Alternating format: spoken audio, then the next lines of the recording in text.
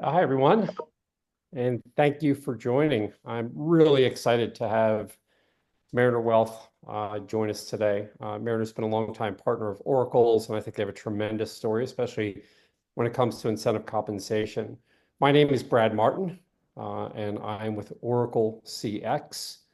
We're also joined by one of our key partners in this space, Vijay Bhaminapati. We also have joining Tyrese.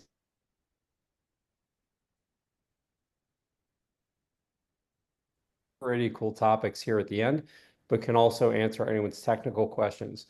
But really, the star of the show is our guest from Mariner Wealth. And first, we have Karen Hannaford, who is the Director of Compensation and Analysis, and also Tabitha Boissonneau. So first, welcome everyone, welcome guests, and also welcome to our partners at Mariner Wealth. All right. So what I'd like to do is, for those of you who don't know Mariner Wealth, I'd like to turn it over to Tabitha to go ahead and give a little bit more background on both her role and who Mariner Wealth is in the industry. Yeah. Mariner is an organization that operates across the country. We're in nearly every state to date, just a couple left before we get there. We have been around since 2007, and our company was founded to bring to our clients a transformative experience in financial services, something that really provides an experience to our clients of all sizes. You don't have to be an ultra high net worth person to benefit from the experience and the expertise of a financial advisor. Everyone can benefit through a wealth planning process to be able to prepare themselves, achieve their financial goals and aspirations, what type of life that they live. So we have a really holistic suite of services that we offer. We have about 550 advisors that are employed to our organization. And then we also provide a platform of independent advisors so that they have all the tools and resources that they need. So as we talk about our experience with Oracle and implementing the incentive compensation process, we have a lot of variety of paid advisors in our organization and different ways in which Oracle has been supportive of that for our company. I've been with the organization for just under 14 years. My experiences in HR. We've been doing incentive compensation as an organization almost since day one. However, the company's incentive compensation practice kind of exploded in 2019, and so we had to learn how to do it remotely, which was a big learning process. But we went from 13 advisors in incentive compensation to the 500 something that we have today, and a lot more opportunity in the future as we continue to expand how Oracle services our organization to start to develop even more processes that support other areas of our business. In HR, I help set the strategy and vision along with other partner leaders in the department. But incentive compensation is one that I help to define the strategy, what it is that we're trying to achieve, communication with leaders, and the collaboration across multiple different departments. Great. And Karen, in your role as Director of Compensation Analysis, could you tell us a little bit more about what that entails and how that has folded into how you find yourself here today? Sure. So I, as the director of the incentive compensation team, manage the day-to-day oversight and the leadership of our team and the functions underneath of it. So I operate as a technical resource for configuration, reporting, analysis of our various incentive programs. I also participate in and support the strategic conversations through practical applications, such as identifying challenges around data requirements and capabilities. My team's also responsible for all of the communication, training, and support to ensure transparency and understanding across all of the leaders and the participants of our variable programs. Great. Thanks, Karen. And I also want to introduce, again, one of our key partners in this space. And I will tell you that having the expertise, not just in the Oracle technology, but understanding how to implement, how to work with the business, how to identify key deliverables from the multiple phases of a project, as well as how to bring together a community for a project and drive that to success, is Sales Drive. And Vijay leads Sales Drive and leads the Oracle practice there. So Vijay, tell us a little bit more. Yeah, thank you, Brad. Hello, everyone. My name is Vijay Bhamidipati. I've been implementing Oracle incentive compensation for a couple of decades now. It's important that I say that because that tells you that this product has been around for that long, and I was able to make a career out of this. So our Sales Drive Technologies is basically we are thought leaders in the SPM space, and again, completely dedicated to Oracle. So on an average, we have about 50 consultants who have pretty much the same experience as we do. We come in, we do consulting around basically your SPM program management. So there is a slight difference between SPM and ICM, which we'll talk about as we continue. But we provide our consulting expertise in both domains, and we have a process to it, I think, which we have pretty much. I think we are at a good spot right now to help you all get to your SPM roadmap pretty soon. Great. Thanks, Vijay. And then finally, our last panelist is Tyrese Johnson. And I can tell you that Tyrese has an incredible wealth of experience. He has worked with Bank of America, JP Morgan, United Airlines, Marriott, so a lot of different industries. But when it comes to understanding the ins and outs of how this solution works, what are the integrations, what's the best way to plan and map your data, that's where Tyrese comes in. So Tyrese, tell us a little bit more about your role, and then let's jump into some Q&A. Thanks so much, Brad, and appreciate that introduction. I'll be very brief. Tyrese Johnson, as Brad mentioned, and so I've been in the incentive space for a little over a decade. And my experience has been primarily with Oracle, but I've also worked with other solutions in this space. And so, like Brad mentioned, worked with a lot of companies from various industries, and then also worked with different companies overall when it comes to vendors that supply software for the space. So I like to think of myself as a person who can share some insight, pros and cons we've seen, and to what Brad pointed out about mapping data and then pointing to some other key point areas. That's where my specialty is. So thanks, Brad. Great. So let's jump into it. Then after this, I want to poll the audience. But I do want to encourage everyone. We do have a Q&A pod open, and we're happy to either discuss that question live or answer it directly in the Q&A pod. So please engage either individually with the panelists or with the group, because I'm sure your question is one that many others on the webinar probably have at the same time. So let's go to Karen first. So Karen, tell me what were you trying to solve? I mean, what was the big problem that as an organization drove you to think about, boy, we really need a cloud-based incentive compensation solution? Sure. I think a number of challenges came up as we considered what cloud-based solution to use. I think most notably for Mariner is scalability through growth. As Tabitha mentioned, we have a very active growth initiative as a company. So that was one of the largest things for us. Is other challenges, inconsistent processes, unique arrangements. We have a need for historical tracking and recallability, insurance with compliance and regulatory requirements, improving our flexibility.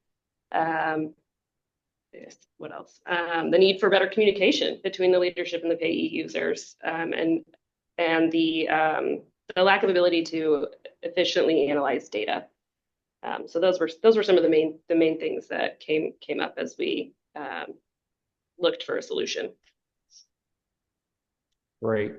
Terrific. So um, let's go ahead and jump into a poll. This is one that, as we work with so many different companies and so many different industries, comes up quite a bit. I would ask if everyone on the webinar could jump into the poll pretty quickly, and then, we'll discuss the results, and then we can keep moving through the questions. So let's go ahead and pop the first poll up. It's there. So thank you all for answering the question. And Angela, once we have enough answers, if you could share the results.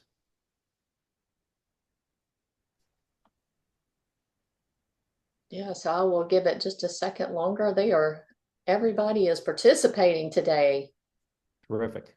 Yeah, thank you so much. So let's count it down. 5, 4, 3, 2, 1. End poll. Share the results. Can you see the results? We can. Interesting. So I can tell you, I have never heard the same answer when working with Oracle's many customers. Usually when I'm meeting with folks in HR, the answer is, well, HR has a key role in this, employee experience and a number of other reasons, right? Compliance and everything else. And IT, right, obviously has a huge role, right? My view, and then Tabitha, I'd love to get your view on this and how it really how it landed inside of Mariner. My view is it's one of those solutions that is very, very horizontal across the organization, right? But Tabitha, tell us, how does Mariner view ownership of incentive comp? Well, I can promise you that incentive compensation has lived in every single one of those departments over time, back to 2007. So 2019, when we recognized that the organization we had already been growing through inorganic means. So we'd been bringing in other organizations and integrating them into our processes. We had a lot of legacy ways of paying advisors and other similar positions, and we had to come to a place where we could unify the processes for the benefit of the business moving forward. The transparency, the equity of pay, making sure that people really felt like they understood how they were awarded compensation based on their efforts. And so all of those varying and distinct processes were a challenge. And as a member of HR, we struggled quite a bit because we would write offer letters and we would not understand what those offer letters meant, because all of the calculation processes, all of the data was held within other teams. So we would help try to define what the strategy is, apply our organization's compensation philosophies. But when pressed with questions from the advisors, we really felt handcuffed to be able to support and help them. So I had gotten the opportunity to start growing a team around incentive compensation, knowing that we were going to grow very rapidly and we were going to pull in all of the different organizations that we had acquired and create some alignment for them. So it gave me an opportunity to learn a lot more about the business that I had not previously been exposed to. So I think that's probably one of the most rewarding things that has come out of it. In HR, I oversee the operational area, so all of the compliance, the technology, the analytics, and reporting. So this really felt good to bring together, and through kind of a project management process, collaborated with all of those other organizations within the company to understand all of the ways which it operated previously, what worked, what didn't. And so we brought everything together into HR where we could manage the change management and the impact on the advisors and the education that the advisors needed. So Karen was the very first person to join the team because of her technical expertise. So I couldn't have done any of that without her. I can talk to our compensation plans all day long, but she knew how to kind of take the architecture of those and apply what was necessary to create an operational process and bring together all of that data. So today, Obviously, as I'm here, incentive compensation lives in HR, but that's kind of from the processing and administration and advisor support and education. But it is a huge collaborative effort with the finance and accounting team, with the sales administration and sales leadership teams, and our operations team, where all of our billing and client invoicing and other similar kind of fee processes exist. So Tabitha, I'm gonna keep taking you down that path. So HR is the anchor, right? For incentive compensation within Mariner. But I'm going to ask you a little bit of a sticky question here. When the original project came up and everyone's sitting around the table, and it sounds like you built pretty good mind share and ownership and leadership, then the question always comes, how are we going to pay for this? Okay, without giving away any trade secrets or anything else. How did you work through a process of funding a project like this with so many shared owners across the organization? Yeah, so we've had a couple of iterations before we got to Oracle. So everything was done on spreadsheets or advanced analytical transformative tools. And so originally, before the project came to the HR team and Karen and myself, the company and our predecessors had signed on to do an implementation with another organization. So we kind of got that handed to us to figure out what that was going to mean and what the vision of the team and the processes were going to end up being, and how we were going to change them from spreadsheets into a cloud-based system. So the organization, the initial kind of, this is now an emphasis and we need to figure out how to fund it and what the ROI of it was. Luckily, by the time we got there, the company had already started to evolve to that decision and understand the cost and the undertaking that was required.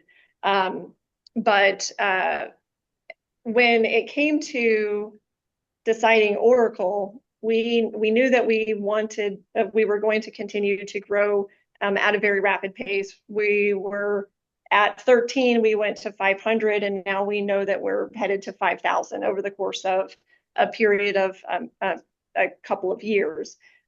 So we were going to need to advance very rapidly, continuing to increase the drive that we had started to adopt a cloud-based program in some of our incentive compensation plans, but not in all of them. We were running an incredibly costly system, and it had a lot of limitations to the size or volume of data that it could support.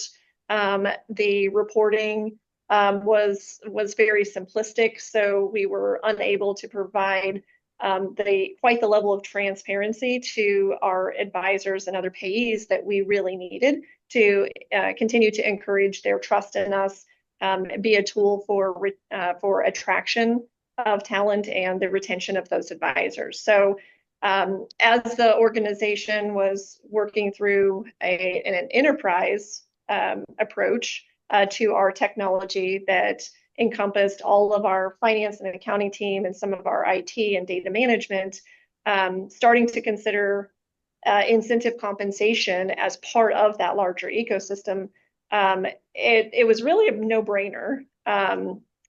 We had struggled quite a bit with the interconnectivity of the previous incentive compensation software and the other spreadsheet processes that continued to exist. So we needed to streamline. We needed to focus on scalability. We needed to adopt a mindset of the kind of 80% rule. We needed some uniformity to the way we operated, but we also needed a level of flexibility that could accomplish the complex nature of our requirements.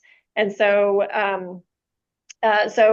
working with the Oracle sales team, we learned about the product.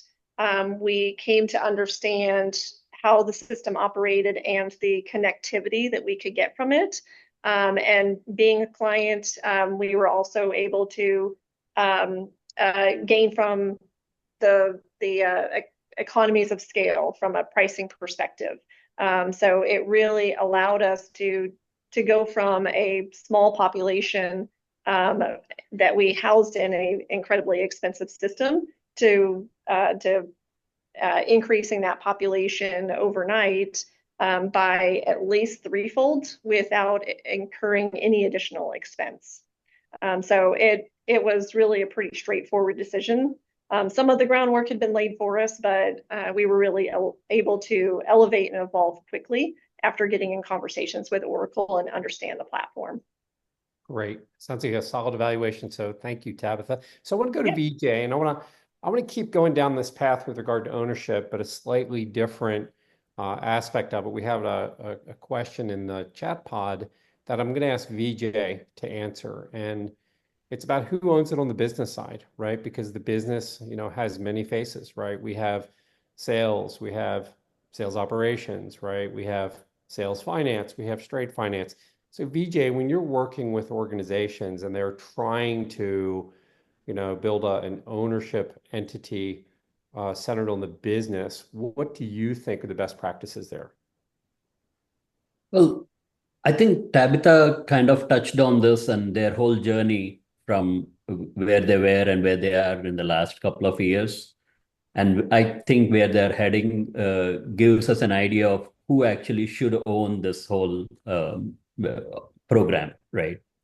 So the biggest factor I would think is the amount of pays that you have that drives whether this operation should be owned by HR or sales operations or finance.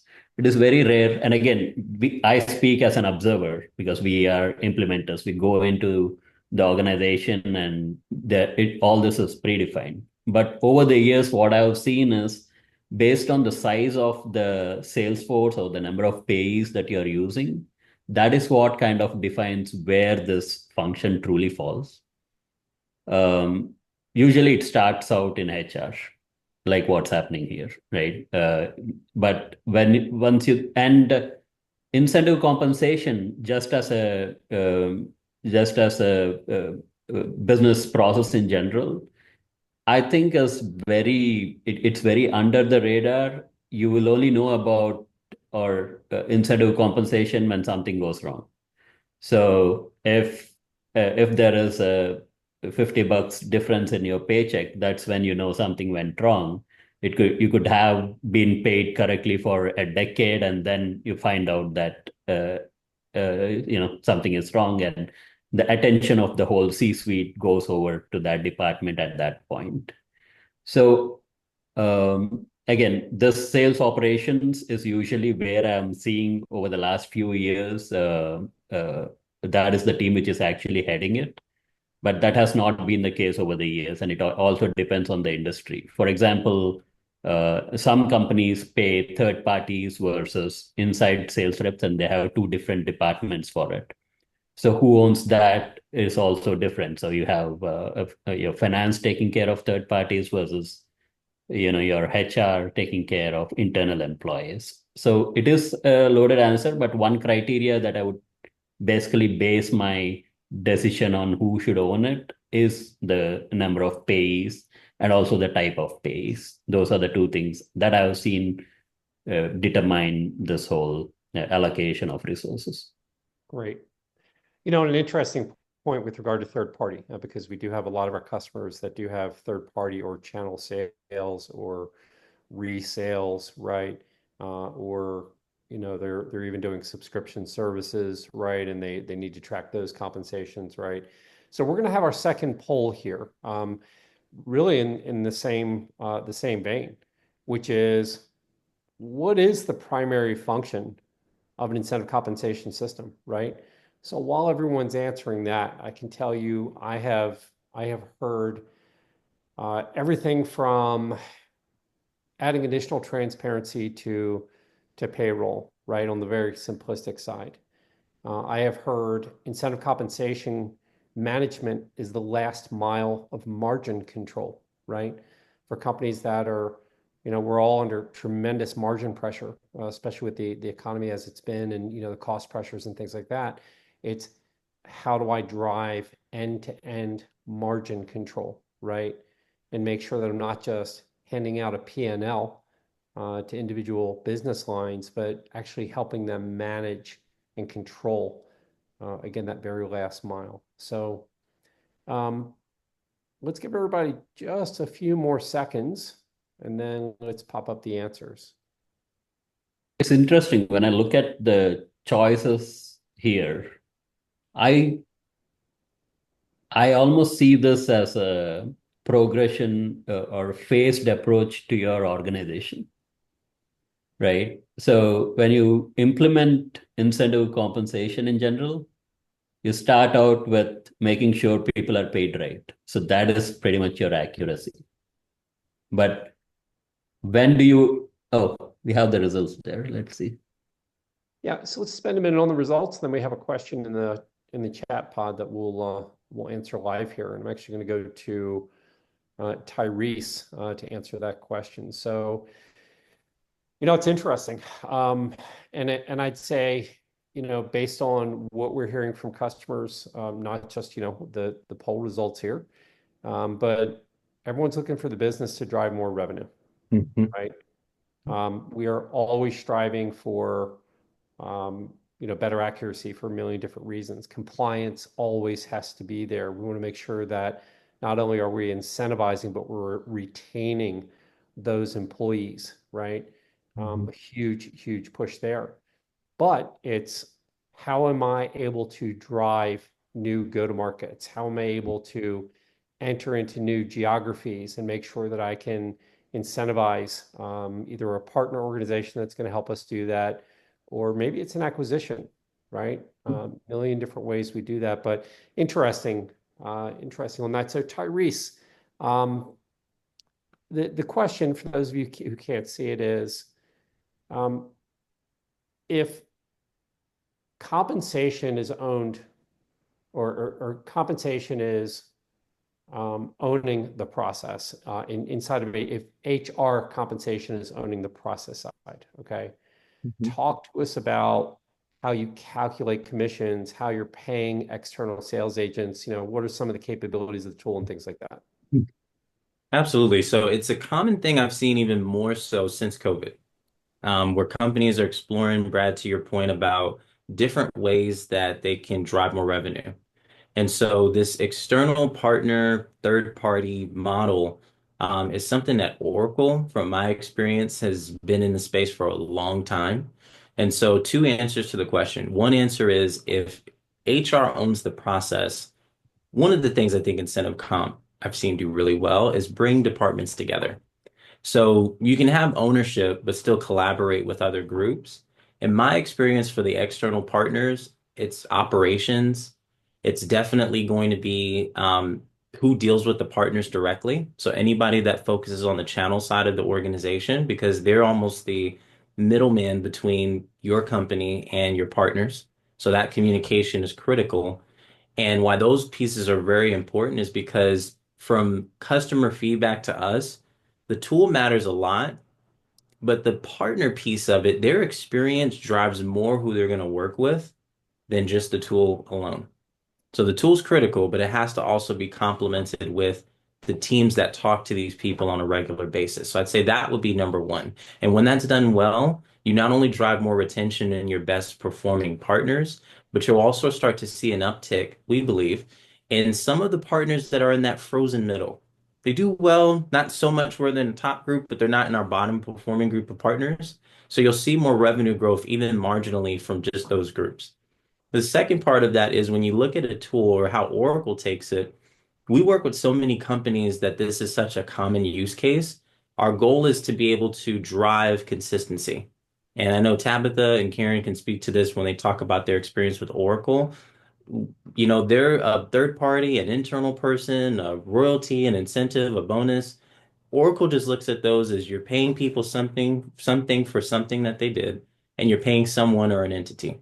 But we want to keep that experience of how you build what you need consistent. So all of that is done right from within our tool. We do both partner or external pays as well as internal pays right from within Oracle.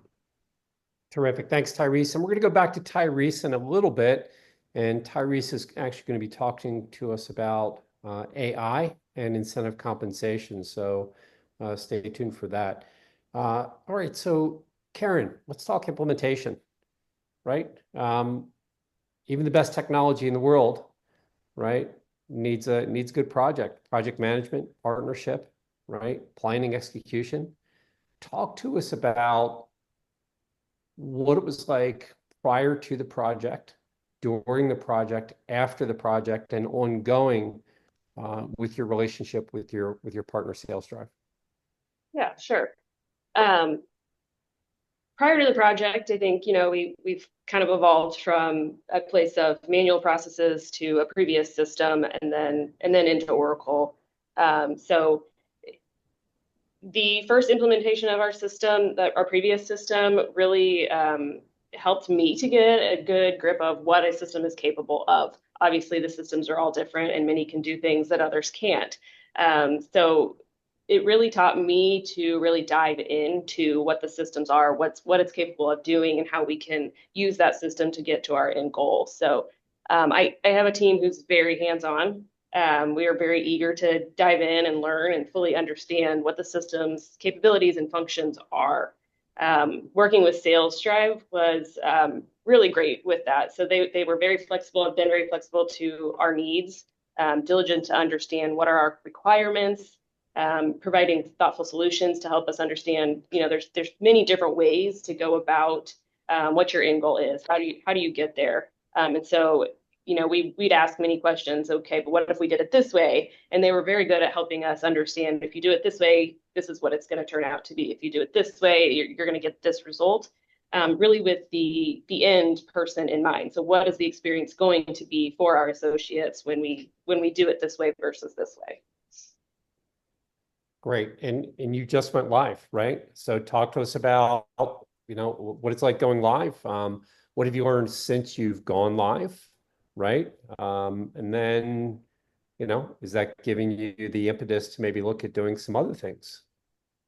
Yeah, so we're still in the early stages. We've only now just gone through our second calculation process with our largest population, our internal advisors. I think we've learned a lot about the system as we've gone, because as we go, we are continuing to build out more plans and taking on other groups of people. So we use that phase approach that Vijay was talking about previously. So we implemented first our third-party group of people. So we do have third-party referral partners that we use.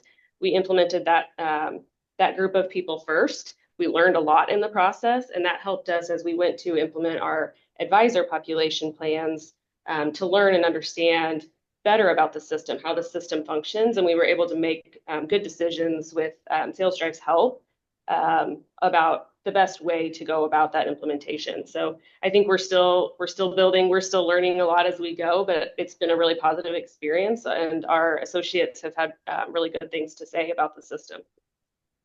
Terrific. Thanks, Karen. So Tabitha, I'm gonna go to you and talk to us about kind of what's on the horizon. You talked about some pretty extraordinary growth, right? But what's next for Mariner, right? What's on the roadmap? Yeah, so growth is definitely the most prominent initiative for our organization. So we anticipate being 5,000 advisors over the course of the next several years. Our inorganic growth strategy plays very big into that effort. So we continue and will continue to always have to be thinking about how to work through the integration of different organizations, legacy organizations, their data, the way they do things, the philosophies and the culture of their offices and their people, to bring alignment into the way Mariner operates, and try to, like I said, get to the 80% rule that we all have kind of a foundational way of operating. But we retain a level of flexibility and a system that can support it to venture into more complex and unique things. Karen said that we went live with 2 groups. We staged those based on kind of dependencies of how they worked from the data from one set becomes the outputs of one set of data become the inputs to the next set of data. And we are actually just a matter of a couple of days going live on our third implementation of about 150 more people. So it has been kind of a sprint for the last 18 months, working through all of these different groups of people to enhance not only the processes and the efficiency, the accuracy, but the experience of the people that we're working with. So we already have on the roadmap the recent acquisitions of this year in stage for 2025. So I think the horizon, there's more projects than we can see the horizon. So it's very exciting to know that we have those opportunities and we can create that sort of impact to the organization. So now it's just a matter of prioritizing how we work through those, collaborating with the stakeholders and the people that have the knowledge that we need to absorb. But I think VJ had said it. HR, I think, is a really good area of the organization for a matter of enablement. And I think that is kind of the crux of why we sit where we sit and why we've developed so much depth of technical knowledge and experience on our team, because we can bring people together for a common cause. And we have a lot of common causes for the next foreseeable future. Terrific. Thanks, Tabitha. I had a very interesting conversation. We were meeting with one of our longtime hospitality customers, a brand that everyone knows, and they said, it's interesting when they first started the project and they ticked off all the things we've talked about so far, right? Compliance, operations, employee experience, things like that. And Tabitha, what you just said is you do start to shift once you get those things under your belt, once reporting is taken care of, once data is good, once we're compliant, we don't have to worry about that, and the employees are happy. You do start to shift and think about, now how do I use this, right, to be more strategic as my organization, my company changes. So thank you for that. All right, VJ, let's talk about implementation, okay? Because there's a lot of different aspects to implementing incentive comp, right? As we mentioned, it crosses a lot of different stakeholders in an organization. There are a million different elements, all the way from UI to data and everything else. Talk to us about the end game, right? Enabling users to adopt, right? How do you build a solution? How do you partner with an organization so that when you do get to that go live that Tabitha just described, you do get the users embracing and jumping into the solution? Yeah, Brad. So I think Tabitha and Karen, whatever they talked about, is probably one of our most successful implementations, and that has happened mainly because of the user enablement in this case. So when Tabitha talks about all these upcoming projects which are coming up, they're all self-sufficient, right? So they're not looking to us to actually implement these solutions. They're mostly being done by Karen's team at Mariner, right? So what we strive for, at least at Sales Drive, is to try to get our users there.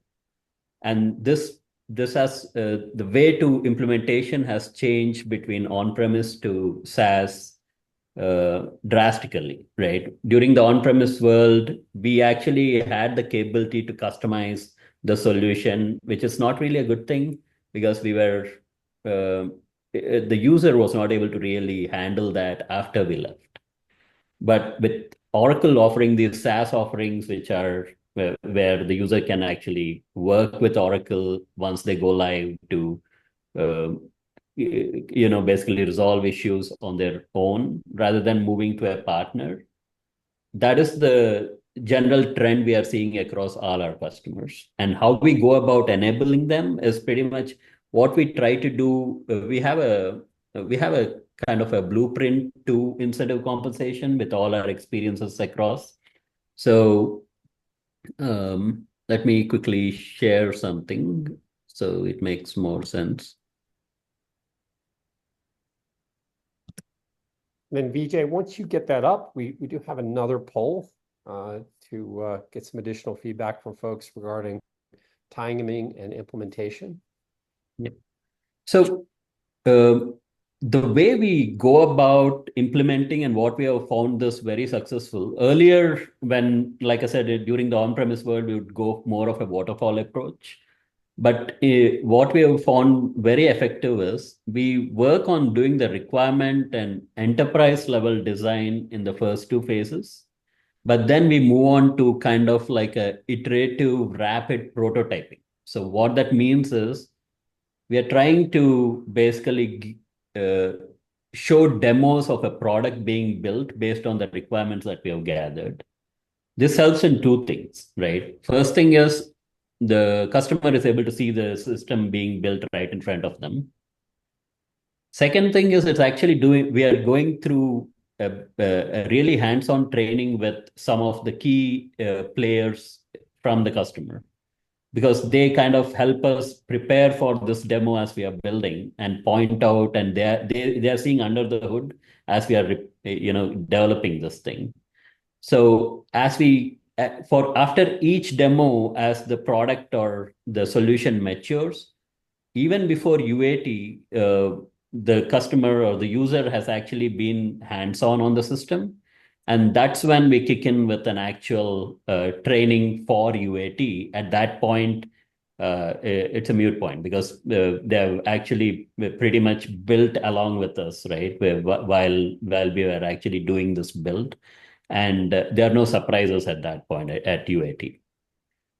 We also recently released Sales Drive Academy, where we are basically, we created a bunch of end-to-end user-based training on videos, which we are providing going forward to all our customers, which will hopefully help them get more enabled. Apart from this, we also give quick reference guides and this is more like building a library because we are so focused on incentive compensation across all different verticals, right? Be it insurance, finance. As we keep getting more customers and when we see them asking questions on how to maintain these systems, we are creating these documents and we are standardizing it. So, basically we are enabling the users to take over and again, I keep repeating it. It's counterintuitive for us, but we are not managed services is not the end goal. Going on and implementing the solution across other customers is our goal. So we want to reduce those costs to the customers as much as possible, and we are seeing that happening over the years. So, yeah. Terrific. So we're going to talk about time now. So let's do a poll. And let's talk about time with regard to when do we need to change or when do we need a system, right? Spreadsheets aren't good enough. And while we're doing that, VJ, if you could answer while everyone's jumping into the poll here, talk to us about, what is it that really influences the time frame to implement, right? I think, a lot of our customers always say, I need it yesterday, right? Mm-hmm. But what are the things that really drive the implementation timeline? What's possible and, what often speeds you up or slows you down? Well, I mean, when we go in and we are in the sales cycle or we're talking to prospects, right? The biggest thing that a non-comp admin user from a organization looks at is the number of users and thinks that drives our estimate, but that's not really the case. It's actually the complexity of the compensation plans, the integrations that are needed to bring that information into the system, and what is the final output or where all this data needs to go, right? That actually drives it. You could have 1 million users, payees in your company, and if you all have just one plan, that would probably be a very short implementation. So I think everyone needs to know that, right? It's not based on the number of payees. And some other external factors are like if there are other implementations in the front office or back office that are going on, which we need to work with, because end of the day, incentive compensation needs data from what you're getting paid on, right? We need to have those systems in place, or we need to know that we'll have a flat file that we are going to get from the system. And downstream too, how are you going to pay it out? If it's third party, it needs to be account payables. If do you have your payroll internal or external? Are those systems in place? So these are the different factors that you need to consider to figure out an actual timeline. And obviously the implementer's experience, right? I have known, we have been fixing a lot of broken implementations over the years, not because of the product's problem, but it's just that, it's the same. I guess it's both internal and external, because in a company, when a plan is given to a comp admin in December and being asked to implement in January, that is quite common. I mean, you would not believe that most executives just try to give that information that late and expect a turnaround that quick, not understanding the complexities of actually configuring a compensation plan. Similarly, making decisions on picking the right system implementer. A company could have a vast experience in Oracle, but that doesn't mean they have vast experience in Oracle incentive compensation. So, you can't just say, just make the sausage. I don't know. Don't worry about what it takes to make that sausage, right? So these are the different factors that basically drive it. And data-wise, if your plans are year-to-date versus monthly or by transaction, that also drives when you would really like to go live, because you wouldn't want to spend your time converting half-baked data into the system. If it is year-to-date, you need to have those kind of considerations on the actual go live date when you do these implementations. Perfect. Thanks, Vijay. So we're going to get Tabitha's perspective on the poll results, and then we're going to do one final poll, and then we're going to talk about all things AI. So Tabitha, what do you think? I would say it's a little bit of everything for us. Dash of compliance, definitely a big helping of growth. I mean, we knew what was going to be ahead of us, and our CEO, he does not put something out into the air without making it a reality. So it may be a question of when, but it's never a question of if. So we had already, as an organization, became prominent to mergers and acquisitions, and we saw. Well, we had the experience of what it's like to operate with independency in all of the different legacy companies. And that was exceptionally painful for the back office to be able to operate without errors. So the experience of our associates, the retention, the ability to attract them, because we can talk about all of the tools and resources that we provide our advisors. I mean, we're incredibly high touch with our clients. We're incredibly high touch with our advisors and the rest of our staff as well. So all of that was incredibly important.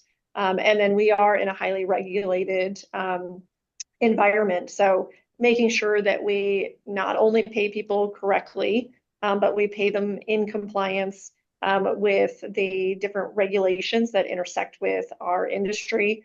And making sure that we have an audit trail, because being audited is an incredibly common occurrence, to make sure that our operations are always above board and we're doing everything properly. So it was a lot of everything, but I would say data connectivity, knowing that we would go from thousands of transactions to hundreds of thousands of transactions with our growth was probably the largest contributor. Great. Thanks, Tabitha. So one last final poll. Let's talk all things AI. Tyrese, I know you've been at Oracle for quite a while, right? Mm-hmm. Did you ever see a time that you would be thinking AI, ML, and all those things with regard to incentive compensation, right? So I'd love for you to just spend a couple minutes, take us through, where Oracle, who is one of the leaders in AI, where's Oracle investing in the incentive comp space with AI? And then we'll wrap up. Sounds great. Yeah. And so, I think it's funny. If you asked any organization, they would have always wanted the outcome of what AI and ML was able to give them. But I don't know if folks would have called it that. And so we've learned over time that Oracle's been in this space for a very, very long time. It's interesting to see how much explosion has been around AI, but I think just to give folks an idea of really quick some of the things that Oracle's looking at when it comes to investing in AI. And so this was announced a little bit at Cloud World, but I like always explaining what does this mean to you as a customer? So we talked about agent-powered autonomous work. So having an AI agent to basically assist you as you go through different scenarios and different exercises throughout your platform. And Oracle takes a very platform-based approach that does accommodate different things in incentive comp. And so we looked at different use cases. I mean, even in this session, we find that there's so many departments that are impacted by what happens in comp. So just different ways that we've seen that this could be very effective. I've highlighted some of them.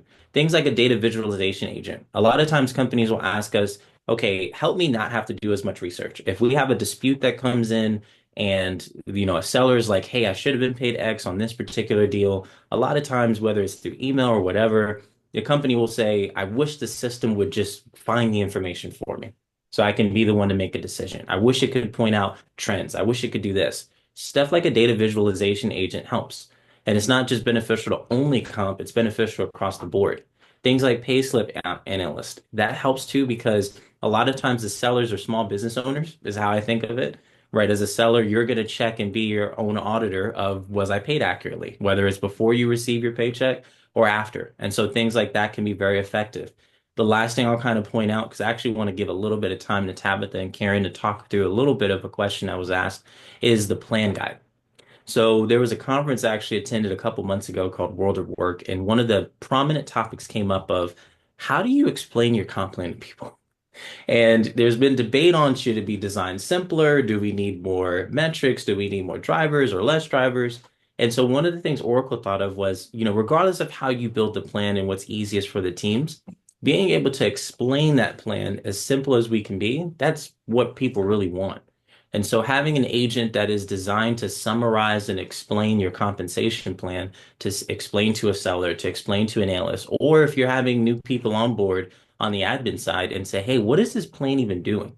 That's the type of stuff that a plan guide can even help with. And we're just getting going. So we've been in this space for a while. We've been learning from a lot of our customers on what type of AI capabilities they want and would be most beneficial. And that's just one of the ones that came up that was the most prominent. But again, Oracle being Oracle, we wanted to take an approach that benefits incentives and then also could benefit larger parts of the organization. So those were the things I wanted to highlight when it came to AI, and I'll turn it back over to Brad in a second. It's just one thing to ask Tabitha and Karen that came up in the chat, and you both kind of elaborated a little bit on it. But when it came to looking at Oracle, because everybody's on different parts of their ICM journey, what were some things that y'all considered that's made Oracle stand out from other vendors that you could have chose? Yeah, I can elaborate on that. It kind of answered this in the chat as well. So obviously cost being one factor of it. Aside from that, the flexibility and the depth of design to support all of the various complex compensation plans.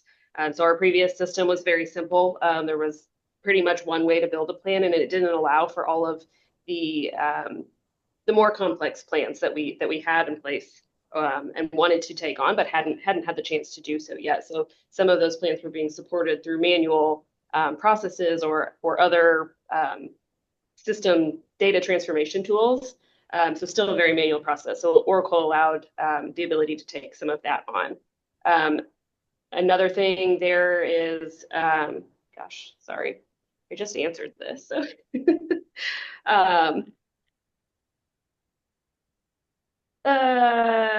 Say reporting. Reporting was a big one. So with our previous system, we had hour-long plus refresh times that we were waiting on. So we would run calculations and data, but we couldn't actually get the reports for an hour to up to 2 hours, depending on when we ran those last calculations. So with Oracle, those reports are available instantly. We don't have to wait that long refresh time. Say the different caching quirks. So when we got to the point of the correction process, which we never have corrections,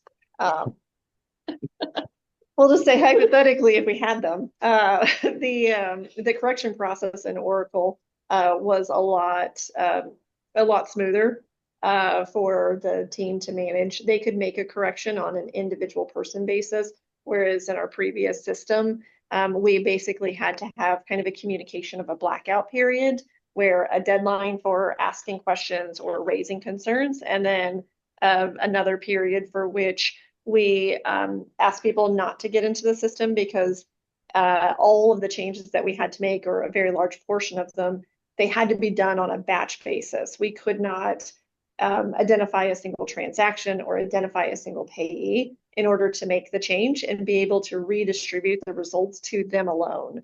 So it definitely, having to block and tackle the different steps of the process created longer lag times and disruption to our team because of the way we had to organize ourselves, as well as the people that were experiencing the system. So that's been an incredibly positive change. Great, thank you. So Karen, Tabitha, thank you again. VJ, for your sponsorship and partnership, and Tyrese as well. Thank you, everyone. Thank you to our guests. If anyone does have additional questions, please respond. You can respond directly in the invite or however you'd like. We're happy to answer additional. I know there were some more technical questions, some that we weren't able to get to, but we'll certainly follow up with you. I know someone's asking about data size and data sets. It's actually the most efficient incentive compensation management tool on the planet. We've done some performance tests, and there's nothing even close to it. But we're happy to have Tyrese follow up with you, both on modeling data sets or anything else that anyone might have. So again, thank you to our guests, thank you to our partners, and I hope everybody has a great rest of the day. Take care. Thank you.